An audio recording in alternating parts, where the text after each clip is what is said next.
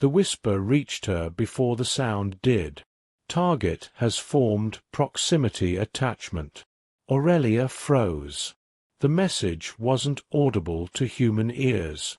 It vibrated through the thin neural filament hidden behind her ear, royal surveillance woven into flesh. Cold.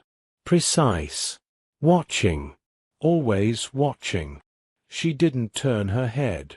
Didn't let her breathing change. The classroom around her buzzed with ordinary human noise. Lockers slamming, laughter, someone arguing about homework. But the Dominion was listening. Maintain composure. The internal directive followed. Princess Aurelia Veolaris of the Thousand-Star Dominion had been trained since infancy to master three things: emotion control, political awareness, distance. Distance was survival. She sat perfectly straight in her assigned desk at the back of the classroom, sunlight spilling across the polished floor. To them, she was just another transfer student. Tall, quiet, slightly intimidating. To her empire, she was the future, heir to fleets that could erase suns, daughter of an empress who had never once embraced her without cameras present. This Earth cultural integration program was not for her benefit. It was strategy. Understand humanity. Predict humanity. Control humanity. That was the purpose. The seat beside her scraped suddenly. Aurelia's pulse spiked. A flaw. A human boy dropped into the chair with careless ease. He carried too many books, one nearly falling before he caught it against his chest. Messy dark hair. Sleeves rolled up. Ink smudged across his fingers. He smelled faintly of engine grease and paper. He glanced at her once. Not in awe. Not in fear. Just curious. "Hey," he said, like they'd known each other for years. "I'm Noah." Her training faltered. No one had introduced themselves to her first in 16 years. Royal protocol dictated that others waited, that others bowed, that others spoke only when acknowledged. This human did none of that. He stuck out his hand. She stared at it. Warm, open, expectant. The neural filament pulsed again. Do not initiate physical contact. But the classroom was watching now, and humans valued social gestures. Calculating risks, Aurelia extended her hand. His grip was firm. "Casual. Cool," he said with a small smile. "You looked like you might bite." She blinked. "I do not bite," she replied automatically. He laughed, not mocking, not nervous, just amused, and something inside her shifted. Noah didn't ask where she was from in the invasive way others had, didn't whisper about her strange accent, didn't try to impress her. He simply turned back toward the front as the teacher began speaking, as if sitting beside her meant nothing, as if she were normal. The lesson moved to advanced physics, a simplified version of concepts she had mastered at age 9. The teacher wrote an incorrect equation on the board. Aurelia hesitated. Correcting it would draw attention. Remaining silent would feel dishonest. Before she could decide, Noah leaned closer and muttered under his breath, "That's wrong, right?" Her head turned sharply. "You noticed." He shrugged. "My uncle's an engineer. I mess around with stuff." He wasn't intimidated. He wasn't impressed. He was interested, and the realization unsettled her more than fear ever had, because for the first time since arriving on Earth, someone was sitting beside her who didn't see a princess, just a girl in a classroom. The filament pulsed again. Emotional fluctuation detected. Aurelia forced her expression neutral, but as Noah passed her a pen without asking, simple, thoughtless kindness, she felt something dangerous begin to form. Not strategy, not calculation, something warmer. And the Dominion, watching from the stars, began recording every second of it. By the end of the week, Noah had stopped treating her like a mystery. He treated her like a person, which, Aurelia realized, was far more dangerous. He slid into the seat beside her every morning without ceremony, sometimes late, sometimes carrying tools instead of textbooks, once with a bandage wrapped around his knuckles. "What happened?" she asked before she could stop herself. He glanced at his hand. "Shop class. Lost an argument with a gearbox.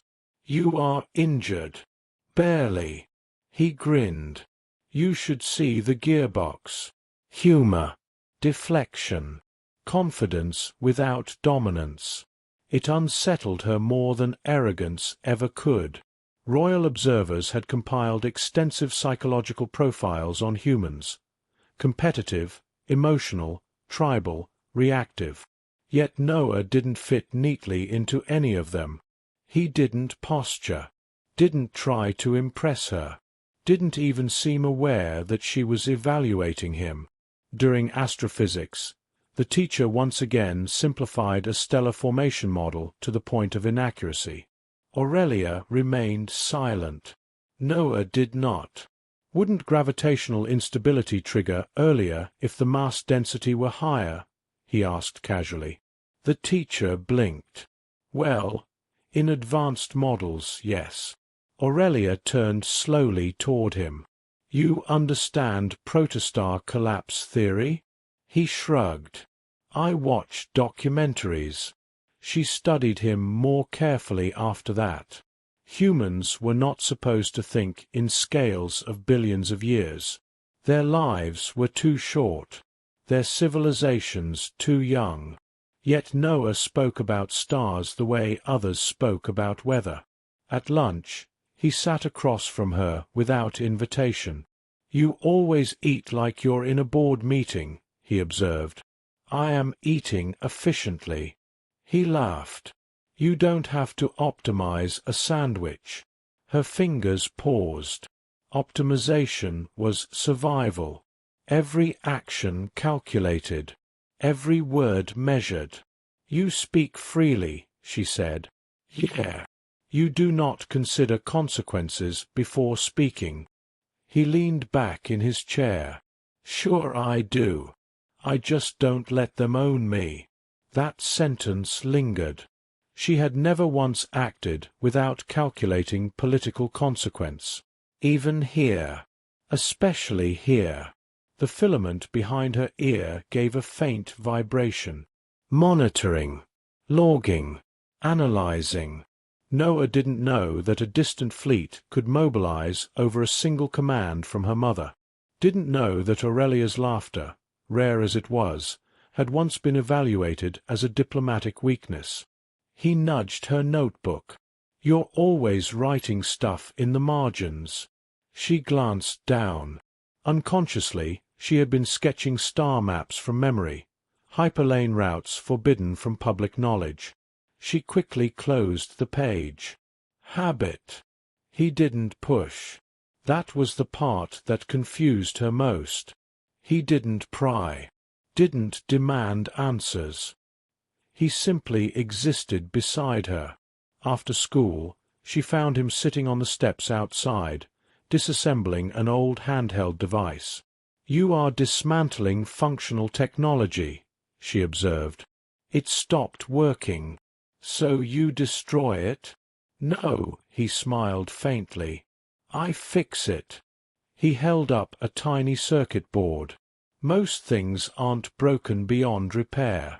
People just give up on them. The words hit harder than any royal reprimand, because Aurelia had never been allowed to be broken, never been allowed to fail. And suddenly, Sitting beside a human boy with grease on his fingers and sunlight in his hair, she felt something unfamiliar pressing against the armor of her training. Not fascination, not rebellion, something quieter. He didn't care that she came from 1,000 stars. He cared whether she'd eaten lunch, and that simple, uncalculated concern terrified her. The summons came at 2:17 Earth time. Aurelia was awake before the alert fully formed. Royal frequency. Priority command.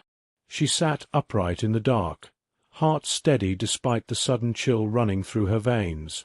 The room provided by the integration program was minimal. Neutral walls, standard human furniture, a single window overlooking quiet suburban streets. For a moment, she allowed herself to look at the sky.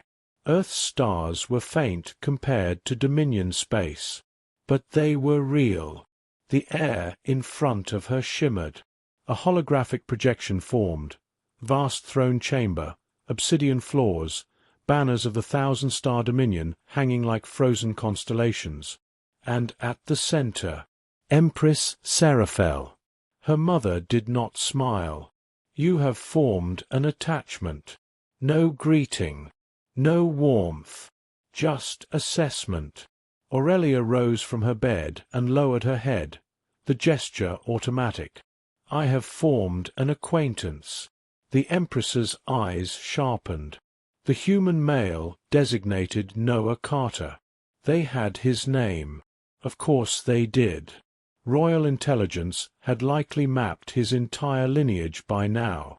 His academic record, his family income, his projected lifespan.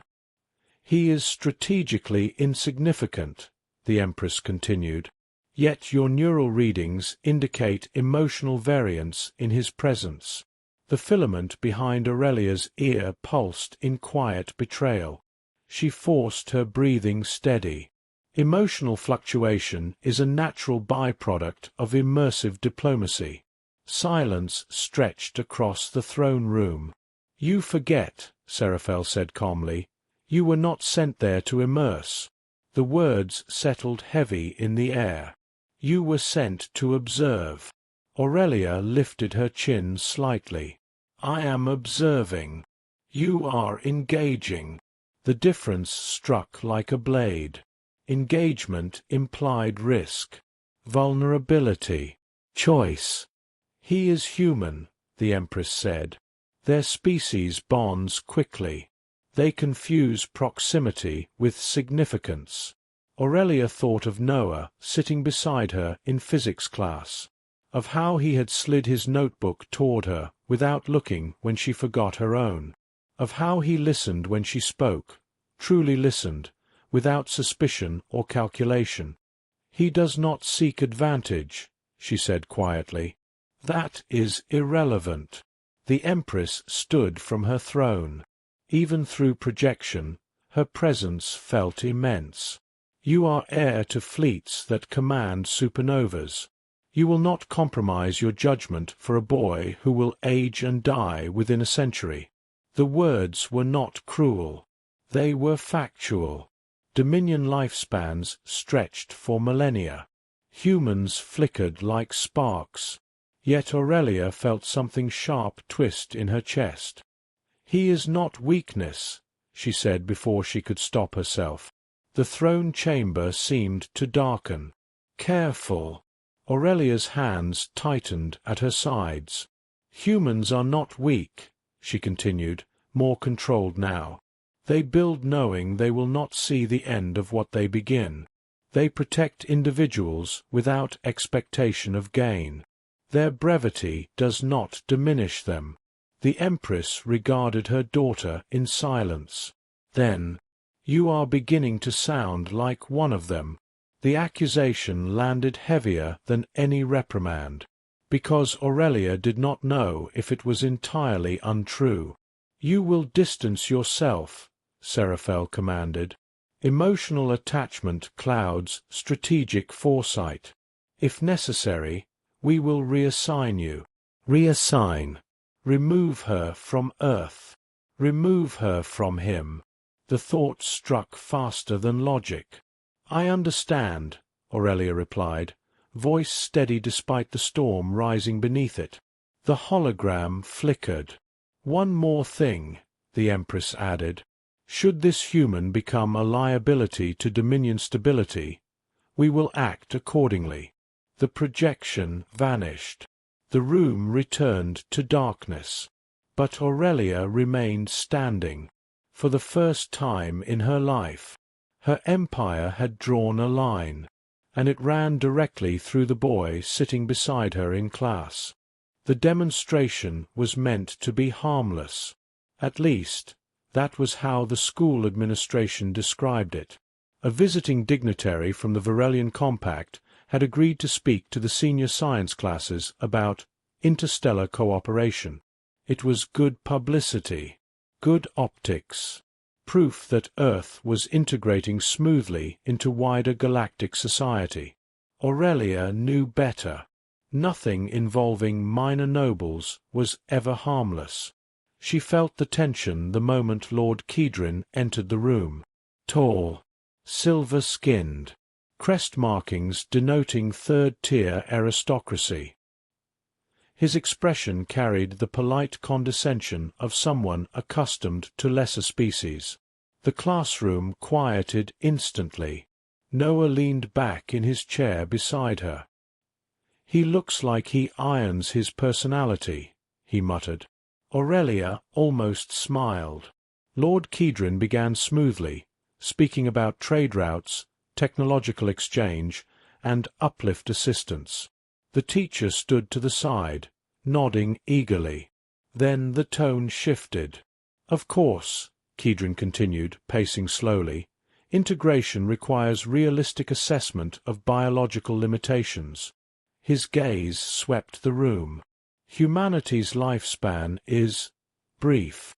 Your neural output comparatively modest. Your species lacks baseline telepathic sensitivity."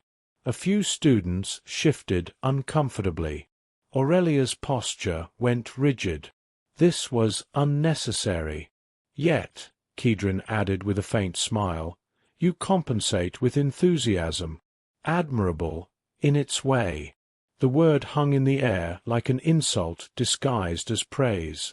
No one spoke. Aurelia felt heat rise beneath her calm exterior. The Dominion would consider this trivial, minor species posturing, politically irrelevant. But she had been sitting in this classroom for weeks now. These were not statistics. They were people. Kedrin's eyes settled briefly on her. "And of course, some of your institutions benefit from external guidance. A deliberate reminder." She was not unseen. The filament behind her ear pulsed. "Observe. Do not engage." Kedrin gestured toward the projected slide behind him. Comparative metrics of species durability, cognitive processing speed, and average lifespan. The human columns were lower. Visibly. "Biology defines destiny," Kedrin concluded lightly. "It is best to understand one's place." Silence swallowed the room. Aurelia's hands curled slightly against her desk. Then a chair scraped. Noah stood. Not abruptly. Not angrily. Just steady. "You're measuring strength wrong," he said. The entire room froze. The teacher's face went pale. Kedrin tilted his head. "Explain." Noah shrugged slightly. "You're comparing output, lifespan, processing speed." He gestured vaguely toward the chart. "But you're missing intent." Aurelia's heart pounded. "Intent? We don't live long," Noah continued. "So we build knowing we won't see the finish line. We protect people we'll never meet. We plant trees we'll never sit under." No one laughed. No one moved. "You call that limited," he said calmly. "We call it purpose." Kedrin's expression tightened. Purpose does not alter biological fact. No, Noah agreed. But it changes what you do with it. His voice never rose. No bravado. No trembling. Just certainty. Aurelia felt something inside her shift irreversibly, because the Empress had said humans were fragile. Yet here he stood, alone, unarmed, facing a being who commanded fleets, and he did not yield. Kedron studied him for a long moment. Then, with a thin smile, he inclined his head slightly. Spoken with conviction. Fascinating. The tension eased only after he resumed his presentation. But the atmosphere had changed. The class was no longer small, no longer lesser. And Aurelia no longer saw a species with short lifespans. She saw courage born precisely because of it. As Noah sat back down, he exhaled quietly. "Probably getting detention," he muttered. She looked at him, really looked at him. "You were not afraid," she said softly. He glanced sideways at her. "Yeah," he admitted. "I was." That answer struck deeper than the speech. He had stood anyway. And in that moment, the Princess of 1,000 Stars understood something her empire never had. Humans were not weak. They were brave in ways immortals did not need to be. And her heart, carefully guarded for 16 years, moved. The sky over Earth did not blaze like Dominion space. There were no shimmering hyperlane currents. No luminous fleet formations drifting like constellations in disciplined formation. Just scattered stars. Small. Distant. Quiet. Aurelia stood on the school rooftop, the cool evening air brushing against her skin. Below, the city hummed softly, imperfect, alive. Footsteps echoed behind her. "You disappeared fast," Noah said, stepping through the rooftop door. "I was starting to think you teleported." She did not turn immediately. "I required air." He leaned against the railing beside her, hands tucked into his jacket. "Yeah, that guy was something." She studied his posture. Relaxed, unbothered on the surface. But she had begun to recognize the subtle tells, the tension in his shoulders, the way his jaw tightened when he was thinking too much. "You challenged him," she said. He shrugged. "He was wrong. He commands vessels capable of planetary bombardment." And Noah glanced sideways at her. Still wrong. The simplicity of it unsettled her in the most profound way. In the Dominion, power defined correctness. Authority shaped truth. Hierarchy dictated perspective. Here, a human boy measured truth by conviction. "Does it not concern you," she asked quietly, "that beings like him consider humanity inferior?" He was silent for a moment. Then he looked back up at the stars. "People have underestimated us before," he said. "Doesn't usually end the way they expect. No pride, no threat, just quiet confidence." Aurelia felt her pulse quicken, not from fear, but from recognition. The Empress had called him temporary, fragile, strategically insignificant. Yet standing beside him now, Aurelia felt something vast. "You are aware," she said slowly, "that your species will not live long enough to see the full arc of its influence." "Yeah," he replied easily. "Nobody does." He nudged her shoulder lightly. "That's kind of the point." She turned to him fully then. "The point. To do something anyway." He smiled faintly. "You don't need forever to matter." The words struck deeper than any diplomatic decree. Because Aurelia had been raised with forever. Millennia of rule ahead of her. Endless expansion. infinite calculation. And yet, she had never felt this certain. The filament behind her ear gave a faint vibration. Monitoring, recording, evaluating emotional escalation. For the first time in her life, she ignored it. "Noah," she said softly. He looked at her, eyebrows lifting slightly at the seriousness in her tone. "Yes. I was not sent here merely to study." "Okay." "I was sent to evaluate humanity's strategic value." He blinked once. "That sounds ominous." "It is." Silence settled between them, heavy but not hostile. "And?" he asked gently. She searched his face for fear, for distance, for withdrawal. She found none. Instead, she felt the realization crystallize inside her, terrifying in its clarity. This was not fascination, not rebellion, not curiosity. It was choice. For the first time, she wanted something not dictated by throne or fleet. "I have reached my conclusion," she said. "And?" Aurelia stepped closer, close enough to see the faint ink stain still lingering on his thumb, close enough to hear his breath steady in the quiet.